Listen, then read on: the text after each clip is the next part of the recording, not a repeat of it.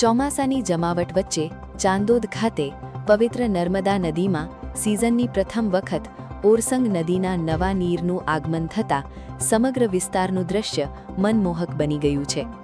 ઉપરવાસમાં પડેલા ભારે વરસાદના પગલે ઓરસંગ નદી ગાંડીતૂર બની હતી, જેના વહેણ સાથે સંખેડા ઇચ્છન નદી વિસ્તારનું જળ પણ નર્મદા નદીમાં ભળી ગયું છે.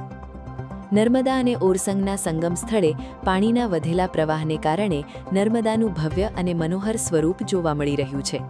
આ અલૌકિક નજારો જોવા માટે શ્રદ્ધાળુઓ અને પ્રવાસીઓમાં ભારે ઉત્સાહ જોવા મળ્યો હતો.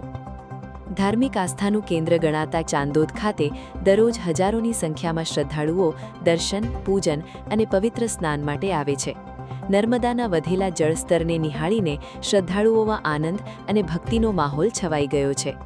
સ્થાનિક લોકોના જણાવ્યા મુજબ સિઝનમાં પ્રથમ વખત ઓરસંગનું નવું નીર નર્મદામાં ભળતા નદીનું સૌંદર્ય અનેક ગણું વધી ગયું છે, જેના કારણે ચાંદોદના ઘાટો પર લોકોની અવરજવર પણ વધી છે.